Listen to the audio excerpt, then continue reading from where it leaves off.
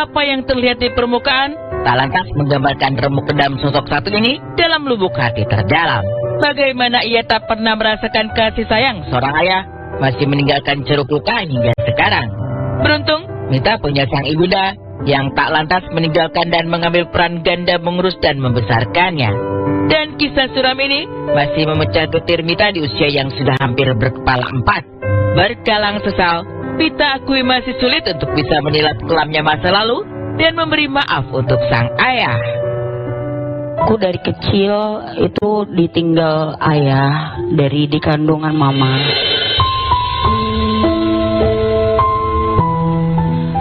Terus akhirnya mama menikah lagi, tapi bercerai juga.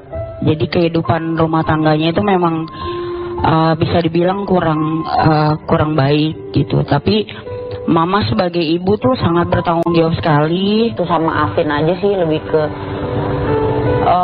trauma, terus juga ada luka juga mengenai ayah kan, karena memang aku dari kecil kan ditinggal ayah dan memang nggak kenal. Tak pernah mengenal sosok ayah sejak kecil, Mita the Virgin dibuat uring-uringan ketika sosok bernama Priyono yang mengaku sebagai ayahnya muncul di ranah publik. Kala itu, heboh berita sosok Priyono menyibak segala cerita tentang masa lalunya bersama ibu Mita membuat musisi satu ini terbakar emosi. Lebih dari terbelenggu tanya tentang kemana gerangan sosok sang ayah selama ini, Mita berkalang sakit hati lantaran tak terima ibunya dijelek-jelekan di hadapan publik. Mungkin sekitar tahun 2010 atau 2011 ya Pak Ustadz, seingat aku. Yang bikin aku nggak enak itu beliau datang tapi kayak langsung membawa media gitu. Jadi kayak aku ngerasa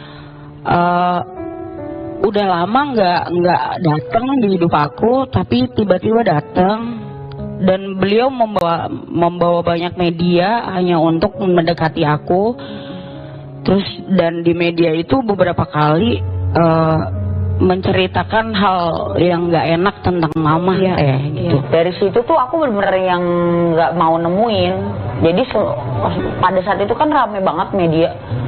Terus dia tuh sampai ke rumah wartawan tuh, sampai dia bawa wartawan terus ngumpet di pos satpam.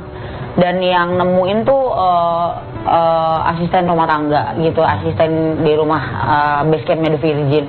Itu tuh aku bener-bener gak mau nemuin gitu. Terus beberapa kali juga dia sempet kayak nyamperin RCM, studionya Mas Dhani, sama gitu. Aku jadi kayak masih gak bisa sih nemuin. Kemunculan Priyono di tahun 2010 silam sempat mencuatkan sejumlah tanya. Mengapa ketika Mita mendulang ketenaran di industri hiburan, ia baru muncul dan mencari sang putri? Di simpul ini, Priyono beri klarifikasi.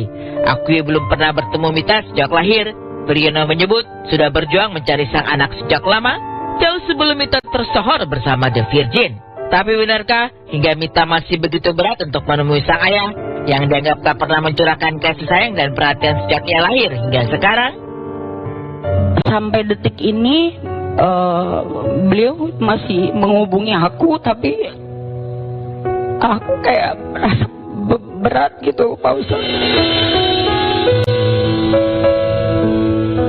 Apa aku salah nggak mau menemui beliau karena merasa ya beliau sudah menjelekkan mama di media. Yang menurut aku mama sendiri padahal nggak pernah cerita sedikit pun kejelekan beliau gitu. Karena masa lalu buat aku, ya masa lalu mereka udah urusan mereka teh. Aku mencari Mita itu bukan saat dia terkenal. Sebelum dia terkenal pun aku sudah mencarinya. Di mana keberadaannya yang aku dapat informasi dari saudara-saudaranya, dia tinggal di Tangerang. Di Tangerang itulah aku menelusuri selama itu mencari-cari Mita, tapi nggak pernah ketemu. Sampai aku mencari ke sekolahnya yang SMP 15 dengan SMA 2 tersebut. Terus hasilnya apa? Hasilnya aku tidak menemukan apa-apa. Getirnya hidup bertumbuh tanpa figur ayah tak hanya menyisakan luka tentang masa lalu, tapi juga membuat trauma saat Mita ingin merasakan masa depannya. Belum juga naik pelaminan, Mita tak pungkiri trauma tentang ketiadaan sosok ayah membuatnya dihantui ketakutan untuk mencari pendamping. Lantas, ketika kelak ia dipertemukan dengan takdir jodoh, siapkah Mita untuk naik pelaminan?